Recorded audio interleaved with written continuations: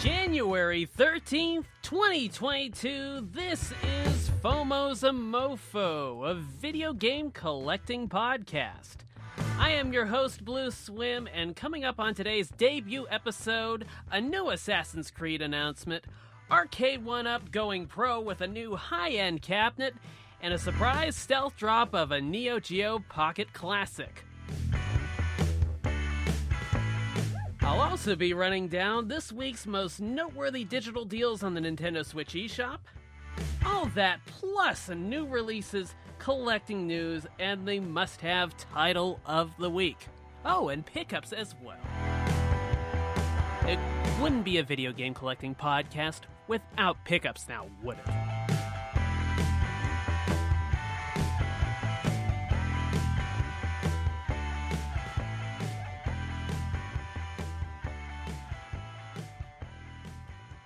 Welcome to my debut podcast. And this is going to be a little bit of a learning experience for me. Even though I have done podcasts for quite a few years, it's also been quite a few years since the last podcast I did. So if things are a little bit rough around the edges, the editing's not 100% perfect, bear with me.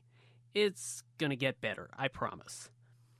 But, basically, the mission of this show is to help you, the listener, in all aspects of game collecting. Bargain hunting, new releases, collecting news, which will be the first talking point in just a moment.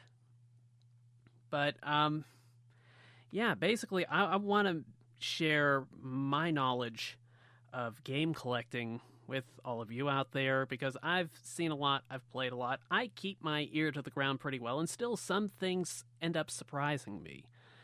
You'll see a game in one of the new releases that I talk about, where that was exactly the case. I did not know it until it was already out. I didn't know it was even a thing.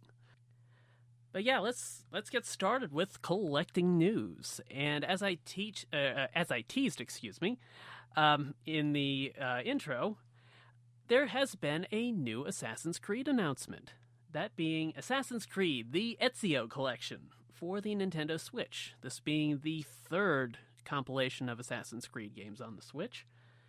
And this one compiles Assassin's Creed 2, Brotherhood, and Revelations. Now, as usual with some of these compilations on the Switch that get a physical release, only Assassin's Creed 2 is going to be on the cart. Brotherhood and Revelations will both be digital downloads, weighing in at a whopping 35 gigabytes. So, you might need to make some room for that one. Fortunately, like with the other two compilations, this is launching for only $39.99. Not terrible. Certainly not unreasonable, considering how much mileage you can get out of the Assassin's Creed games. And it's going to be hitting next month, too, on February 17th. Next up, we have some new arcade cabinets from Arcade1Up. Now, I love Arcade1Up, as you're going to find out when we get to pickups. And these new cabinet announcements are a little bit familiar for the most part. The first one is going to be a Legacy Mortal Kombat 1 cabinet. And, of course, we got Legacy Mortal Kombat 2, and then the original launch of Mortal Kombat 2, which I did pick up at launch. And it's a great cabinet, too.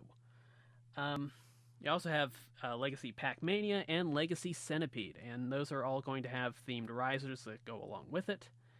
And unlike with the original Mortal Kombat 2 launch, these are going to have 14 games apiece, I believe, instead of just 3 or 4. Depending on which cabinet you got. And there's some concern amongst the community about the Centipede cabinet in particular, because when the original Centipede cabinet came out, which I also have in my Arcade1Up collection, thanks to Walmart and 75% off clearance stickers, I still can't get over that deal, and it's been years. Basically, when that cabinet came out, it was a vertical-oriented screen with that. And basically, imagine like a 4:3 monitor. You turn it vertical, like for a shmup or whatever.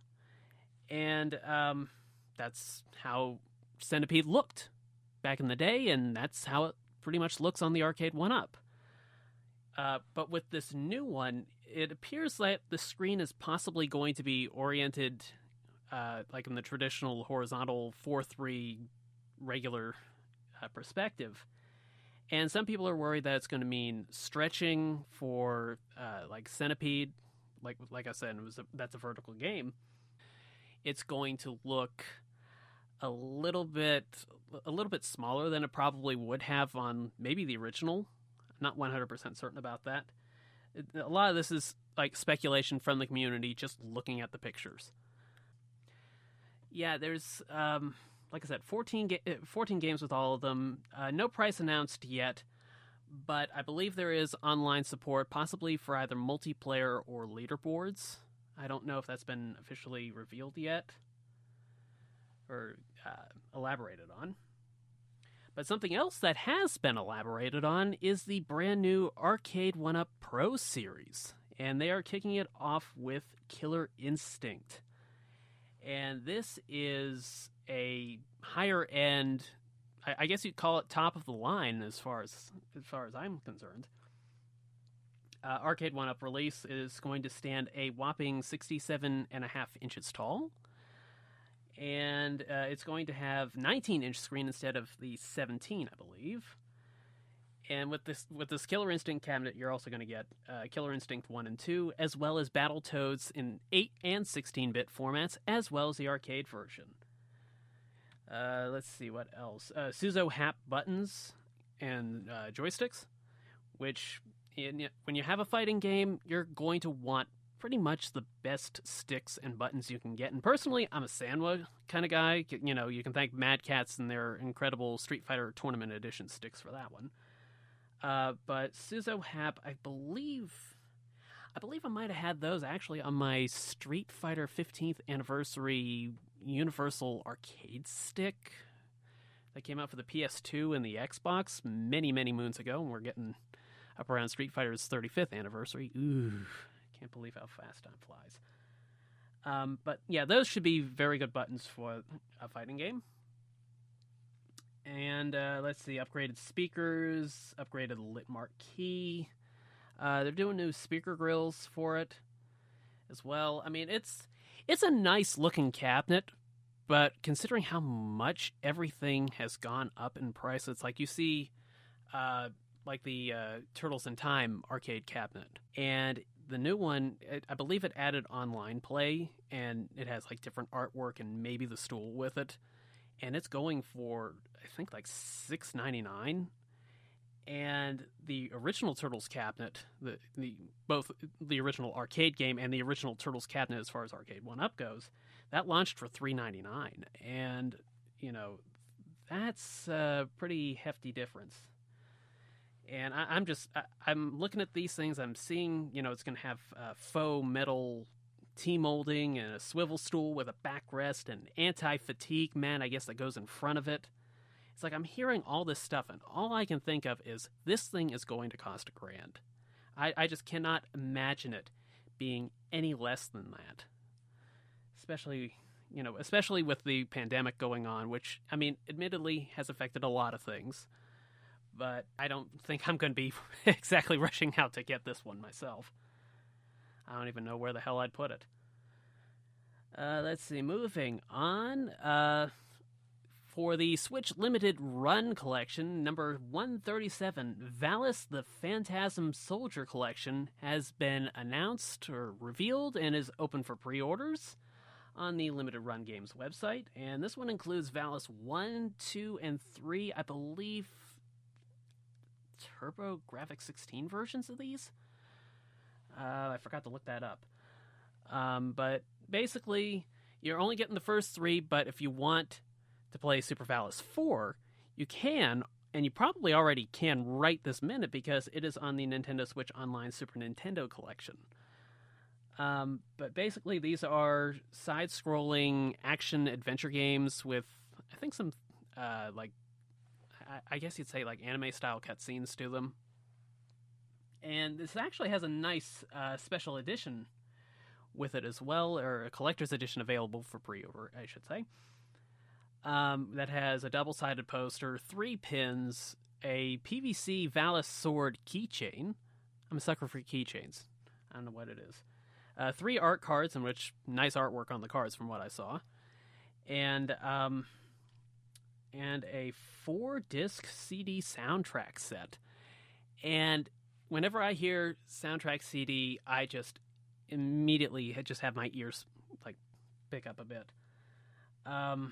Let's see what else. And I guess with both the regular and standard edition, there's going to be reversible cover art that is so bad it's good. It's vintage, I think it's American cover art for one of the Valis games when it came over here. And yeah, it looks like something off of like a 1980s hair metal cover art. The regular edition is going to be $39.99, and the collector's edition is going to be a whopping $89. Yeah.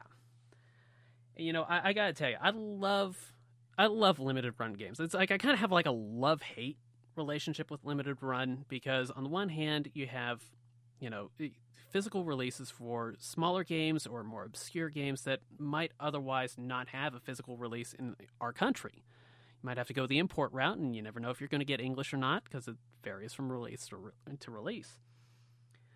But, you know, I gotta tell you, it's, you know, being a limited run supporter, I guess you will, it kind of puts you through the ringer, because just recently I got a 6-month delay on the SNK Neo Geo Pocket Color Special Edition that I pre-ordered back in May.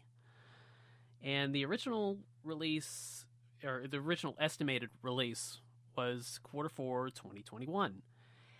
And now it is Q2 2022, so potentially a 6-month delay. All because they weren't happy with the foil that was going to be used on the box of the special edition.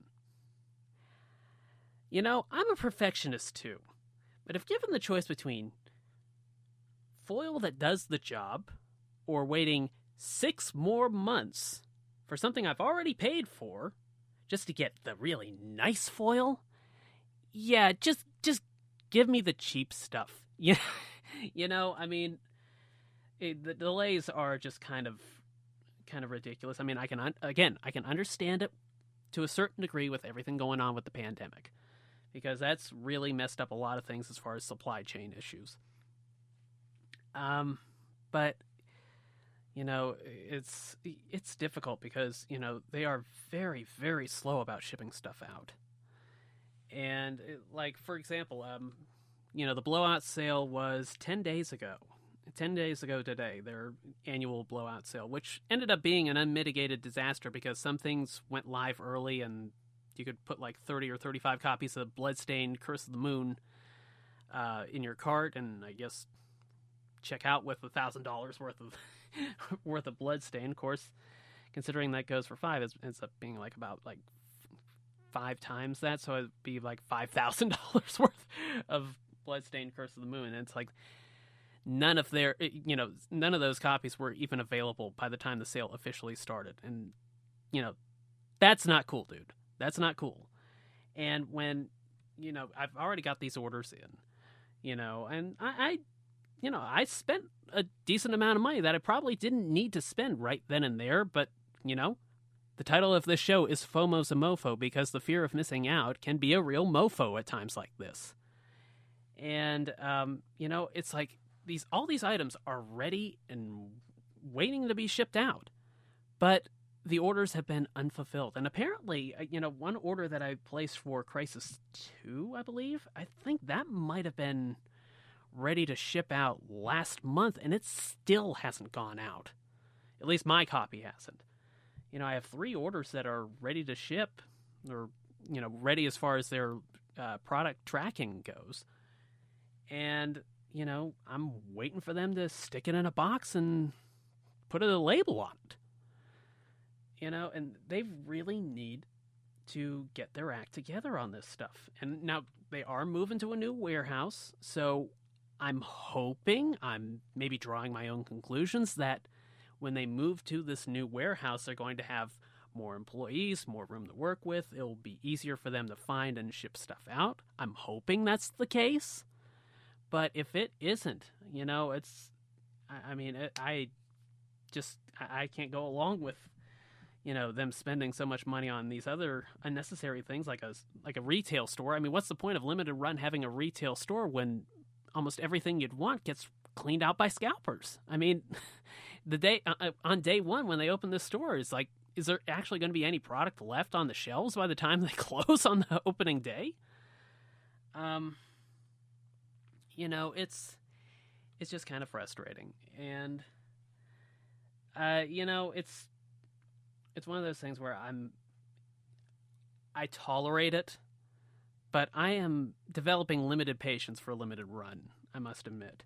And that's one reason why I like it when Best Buy picks up some limited run games, because that way I can get these things from a retailer that I trust, that I know is not going to take 6 months to deliver these things, because I don't usually put the pre-orders up until it's relatively close to these things going out, or they're pretty good about updating when they're going to have these things out. They're pretty good about putting the product pages up relatively close to when these things are ready to roll. I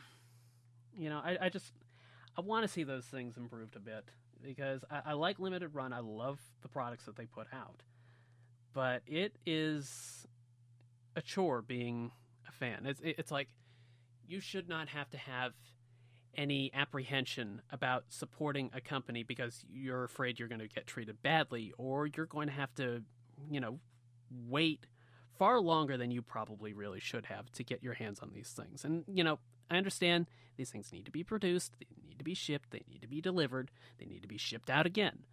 But, at what point does it cross the line between being, understandably patient and getting taken advantage of? But anywho, moving on. The last bit of collecting news is that we have a release date for Kirby and the Forgotten Land, and that release date is going to be March 25th, 2022.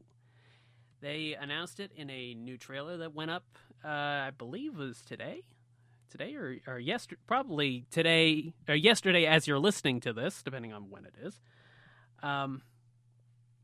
But it's that looks like it is going to be a really, really neat game. And Kirby's one of those franchises where it's like, it's been 2D for so long that it's like, it feels like it's been way overdue for them to go 3D with it. And hopefully, from what I've seen of the trailer, I think they're probably going to nail it the first time out. But yeah, that's another big Switch title to be looking forward to in the year of 2022.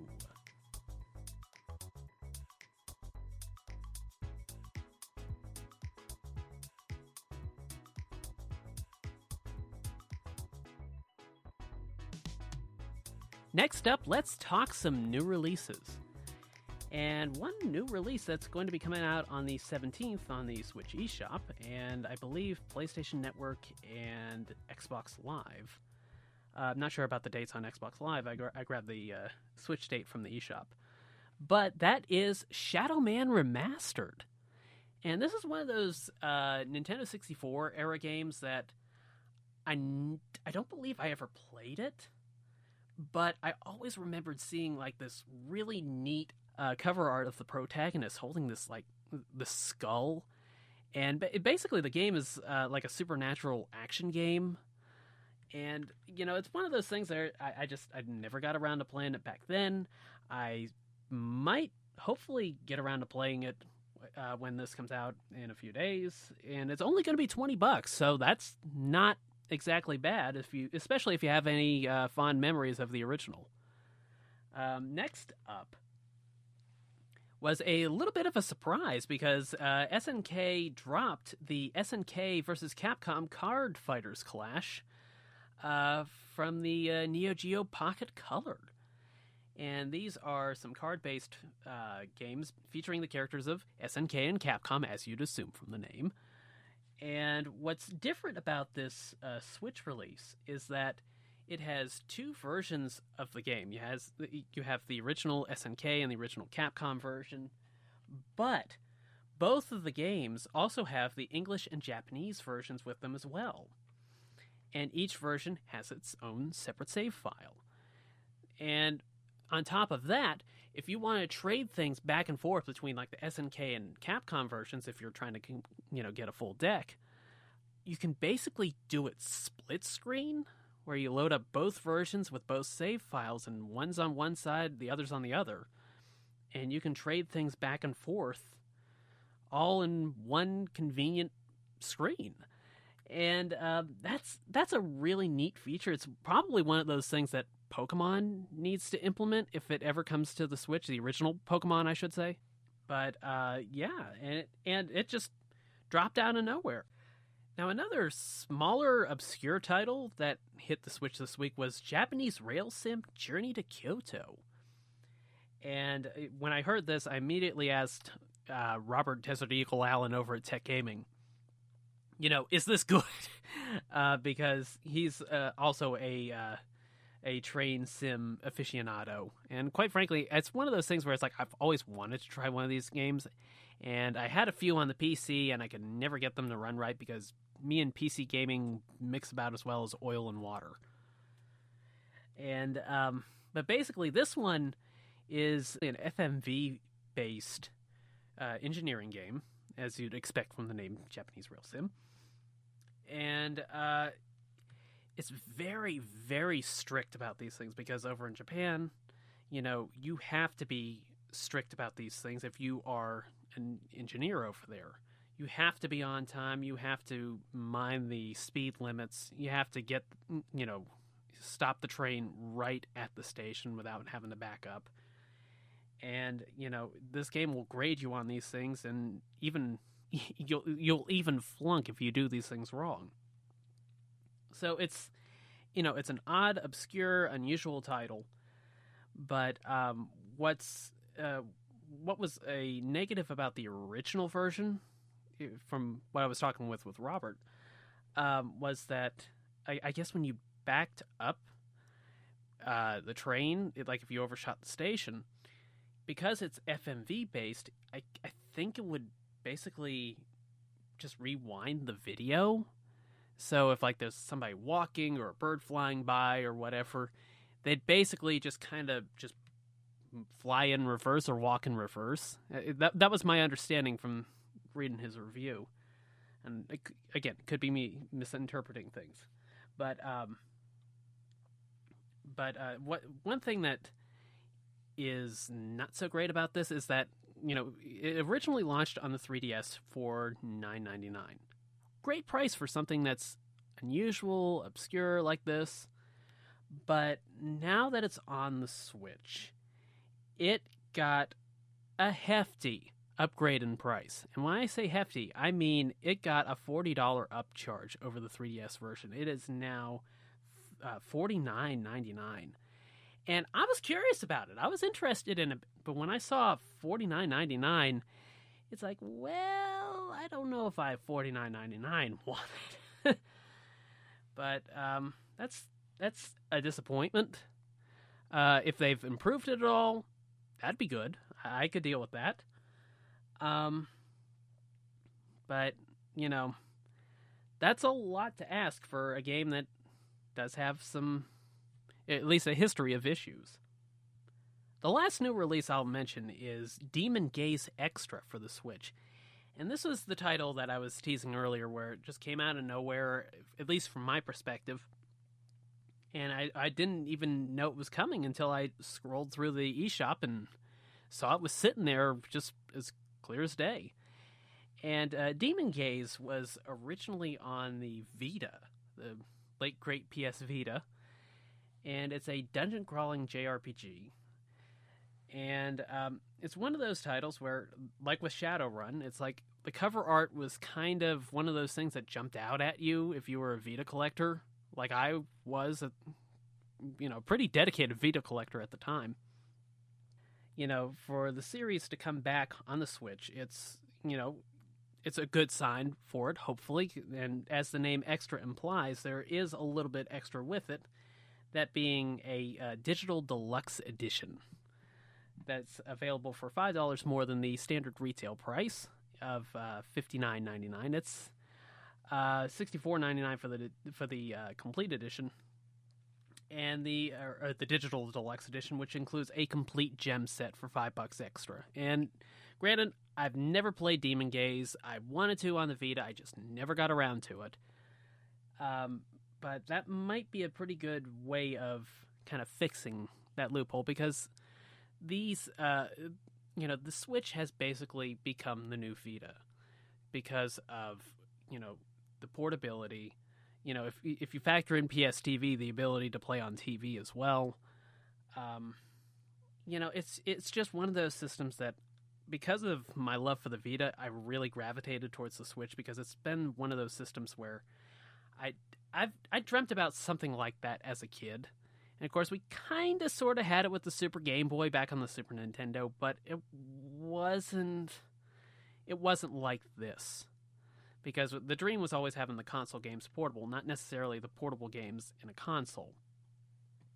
And it's just really connected with me, and obviously about 90 million other people, on just such a fundamental level as a gamer.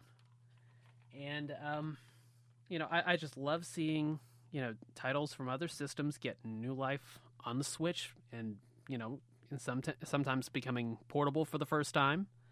Demon Gaze is just one of many other titles that I hope get new life outside of the Vita.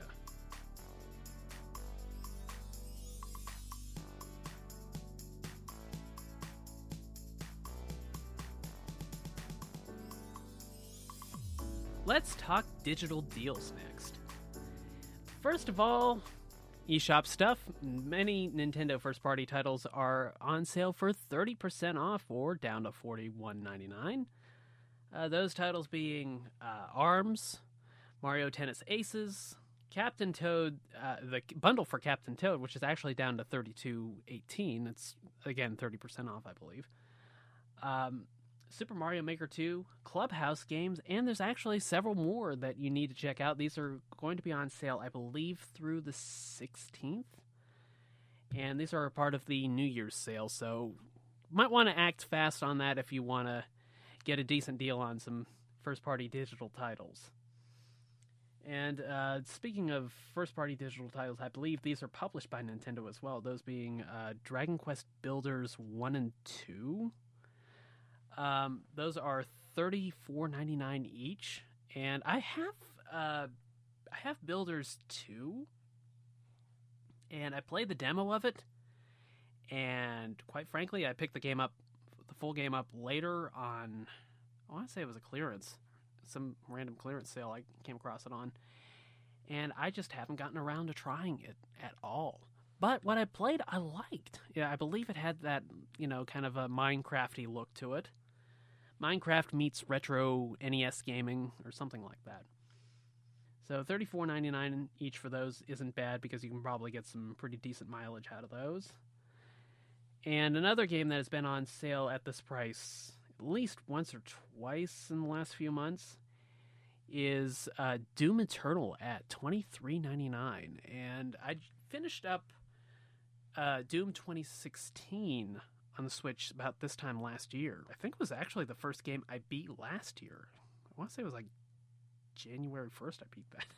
Like, I was trying to marathon it for it to be the last game I beat that year, and I just ended up doing it as the first game for the next year.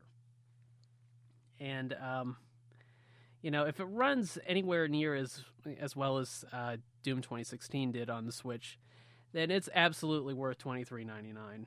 And, I think there's also some DLC available for that. I'm not sure if it's on sale or not. But another game with DLC that is also a very cheap price is Taiko no Tatsujin Drum and Fun. And this is basically what the US got on the PS2 as Taiko Drum Master, a new version of that. And that's only $9.99. And so, and the thing about Bandai Namco or Namco Bandai or however the order of that name goes, depending on what you're talking about,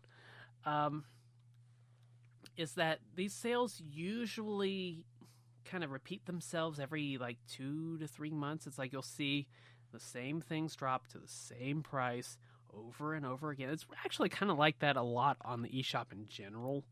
That's one of the bad things about it, but it's also kind of one of the good things because, it's not that if you get this thing on sale, it's probably not going to drop too much more if it's been out for a while. Since they seem to stick pretty tight to the routine on that. But yeah, that's one title that I haven't gotten around to picking up yet that I've heard good things about. It always seems to sell pretty well when it's on sale. But I actually tried the Taiko no Tatsujin game on iOS, on Apple Arcade. And it kind of surprised me because, I'm a big Baby Metal fan. If you're familiar with me from social media or other podcasts, I'm a huge Baby Metal fan. They're my favorite band. And I was surprised when I loaded up the iOS game and they actually had Gimme Chocolate in there, or a cover of Gimme Chocolate, because whenever they do these Taiko Drum Master games, they usually use a cover version of it. I don't know that they've ever really used the originals on anything. But, I have to look into what tracks are in the Switch version. But, at $10, it's probably a pretty easy recommendation. And speaking of around $10 and easy recommendation, you have Star Wars Knights of the Old Republic for $11.24 or 25% off. And KOTOR is, if you've somehow, some way not heard of it in any way, shape, or form, basically Knights of the Old Republic is the game that put BioWare on the map for a lot of people. And, this one, it's based on the mobile version, and I played it on the original Xbox, and it's basically like a real-time action RPG, but you can also pause the action and, tell your characters what moves you want to do. And I remember staying up until, God, I want to say it was like 3 o'clock in the morning trying to finish that one time. And it's basically one of the best Star Wars stories outside of the actual Star Wars franchise. And for it to be just $11.24, if you are a fan of Star Wars to any degree, grab it. You will not regret it. I just hope they fix that giant banner at the top. That's about the only thing that I'd say would be a negative with this. I actually pre-ordered the physical version through Limited Run, so I'll probably see it by this time next year.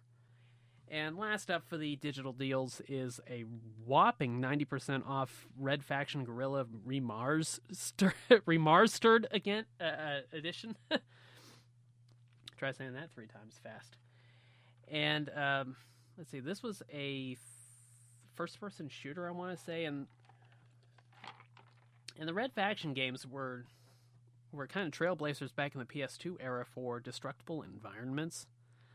I remember playing Red Faction 1 on the PS2, and you could just blow as many holes in this one cave for the opening level as you wanted, and it was one of like those earlier senses of freedom in gaming type things, at least in the 3D era. Is like when you started getting like kind of like a feel for what the future of gaming was going to be like. And even though the game was like okay, I remember selling it at some point.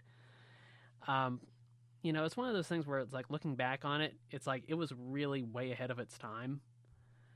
And you see stuff like Crysis do things with destructible environments, and it's it's one of those things where you can kind of go back and look at Red Faction and say that probably had a thing or two to do with it.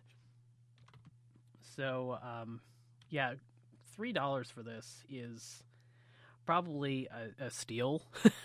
I think that's the best way to put it. It's a steal. You really can't do much better on that one.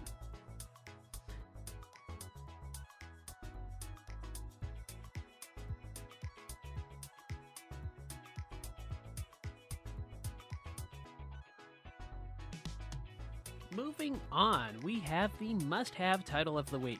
One title that I pick at random for whatever reason. Maybe I've been playing it. Maybe I just got it, and I'm really excited and I want you to play it, which is kind of the case with this one. This is Death Smiles 1 and 2, and this is available on the Switch and PlayStation 4. And if you are unfamiliar with Death Smiles, it is basically this weird, unusual Halloween-themed bullet hell shmup from the gods of Bullet Hell Shmup's cave. And it's themed around Halloween.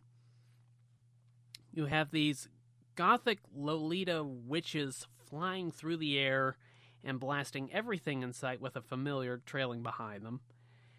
And it's, if you've never played a bullet hell shmup, it's basically going to beat the hell out of you. Emphasis on the name bullet hell. Death Smiles 1 plus 2 compiles both Death Smiles 1 and 2, as the name would imply.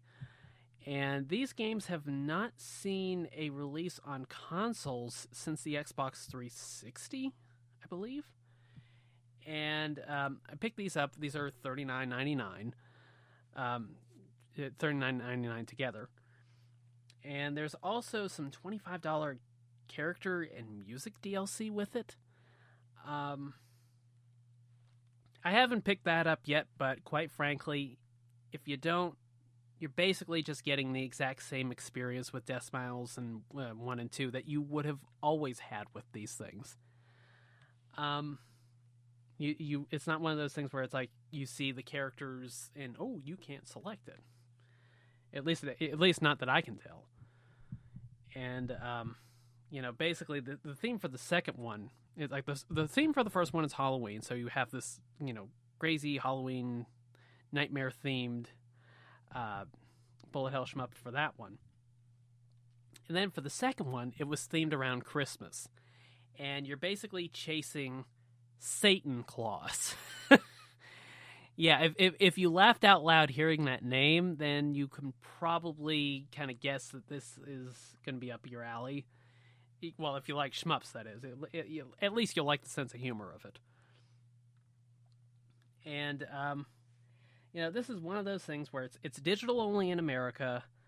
I think Strictly Limited Games is doing the physical release, and the physical release they are doing has the DLC with the game itself. You can also get the Japanese or Asian region versions, and those I think have English as well, but I don't know about the DLC being included with that. Buy it for the first one, and if you like the second one with its 3D graphics, which some people like, other people don't, it's kind of a personal preference type thing. At $40, it's absolutely worth it. Death Smiles at us all, lollies smile back.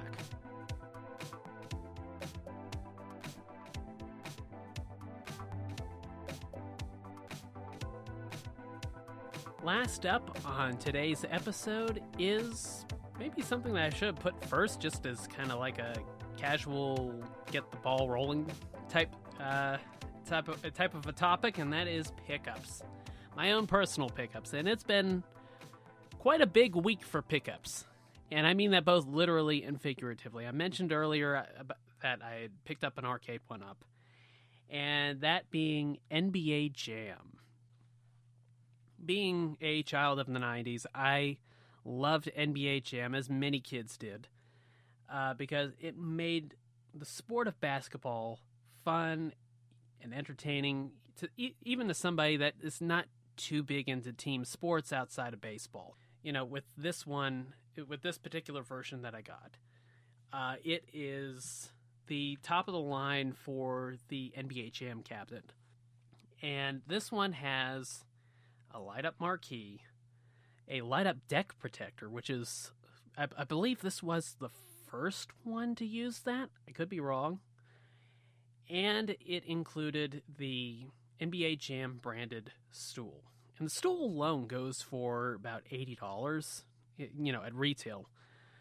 And I think they had a version of NBA Jam that was $3.99, didn't have the lit marquee, didn't have the light-up deck protector, and It might have had the riser with it, the NBA Jam riser, but this one was basically the best of everything Arcade1Up and NBA Jam all in one package. And Best Buy had this for $220 off from the retail price, which it's still pricey at $329. But when you've seen as many Arcade1Ups, come and go out there as I have, because I've really been paying attention to this brand, $329 for something that does everything that the NBA Jam cabinet does, which includes free online play, NBA Jam Tournament Edition, and NBA Hang Time, which I think that the last time I played that was on the Nintendo 64. I mean, when you have all of these things in there, the branded riser, all of that for $329, that is by pre-pandemic, supply chain issues, Arcade1Up standards, a great deal on it. And it's like I've always had it in my head that if I saw the NBA Jam cabinet for a decent price, I'd finally pull the trigger on it. And I must admit, these things are a lot of money. I really did not want to spend as much on it as I did, but FOMO's a MOFO, so I did it. I ended up taking pictures of me building the cabinet and tweeting them over on Twitter at BlueSwim, my personal account, not to be confused with the show accounts at FOMO's a MOFO. It's like I just sat there all afternoon. I built the riser first. I tested out the electronics, built the cabinet, built the stool. I'm just doing this, and I'm marathoning Teen Titans on Blu-ray, and it was just a very relaxed day. These things are not all that hard to put together. I remember the first time I built one, I was just so dreadfully afraid I was going to mess it up somehow. And, in all actuality, I didn't. I was careful about it. And if you're careful about these things, if you pay attention to the directions, you're probably not going to screw much up. Just, hand tighten everything. Don't use like an electric drill. That could possibly mess up some of the wood. These things are fun to build. Like I said, it's a relaxing experience. And the end result just looks phenomenal. I have it situated in a corner, and, it's like angled in there. So it's like all four control spots are just readily accessible. The screen looks great on it. It's just one of those things where, if this was the last Arcade1Up that I'm going to buy in the current era, then, I'm good with it, because it's an amazing cabinet. If you can get an Arcade1Up for relatively cheap, like I said, I've been able to find them clearanced out for $74 at some point, and I know some people have gotten even cheaper than that. I think $50 or so. I mean, if you can get that and you have the room for it, grab it. These things are neat, and if nothing else, they're a great display piece to have in your game room, your basement, your hangout, your wherever. Next, as far as my pickups go, are two things I actually got today, and I haven't spent any time with them whatsoever. But I found over at Five Below, which has video games on rare occasions, and I found Borderlands 3 for the PS4, which I actually had the Steelbook for already, because Best Buy was clearancing them out for $3, I want to say. And I thought, it looks neat. If I get the game over at Five Below, because I had heard some people had found it there. I mean, why not? So now I have the game itself. I've heard not so great things about it, but I figure at $5 I'm not going to get that hurt on it. I mean, I figure with the way my backlog is half the time, I probably won't get around to playing it until like 2027 anyways. So why not? And the other title, the last pickup I had, was actually Monkey King Hero is Back. And this one I know absolutely nothing about besides what it says on the back of it, and I actually have it right here. And it's basically It's like kind of based on the classic Chinese legend of Journey to the West, which was also the inspiration for Dragon Ball Z, and stuff like that. And it looks like, I mean, it almost looks like it's like a licensed 3D animated movie game, but I don't think it is. It's from THQ Nordic. And it's got, kind of a family-friendly art style to it. Like I said, I haven't spent any time with it whatsoever, but, the cover art looks great. You can't beat, something like the Journey to the West. Because I think that was also the inspiration for Sayuki? Is that it? Sayuki on the PS1. And I remember that being like an expensive PS1 JRPG.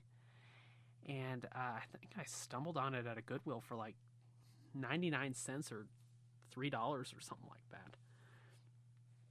It wasn't a lot, but, when I heard Journey to the West, I thought, okay, I have a relatively decent idea what to expect from it, so I'll give it a shot. I mean, at $5, it's hard to argue with. Well, I think that is about going to do it for my very first episode of FOMO's a MOFO. Please subscribe to the show on your podcasting platform of choice. Share the show with a friend. That would help me out big time. This is new. It's grassroots. I'm going to need all the help I can get with this, and I'm going to do my best to, get the show to where it needs to be. Be sure to follow the show on Twitter at FOMO's a MOFO, FOMOSAMOFO. Or you can follow my personal account at BlueSwim. And I'll keep the FOMO's a MOFO account strictly to FOMO's a MOFO. And for everything else, check out my Twitter. Check out at BlueSwim. I want to thank you for listening, and please enjoy the show. Give me some creative, constructive feedback, and I will see you next time.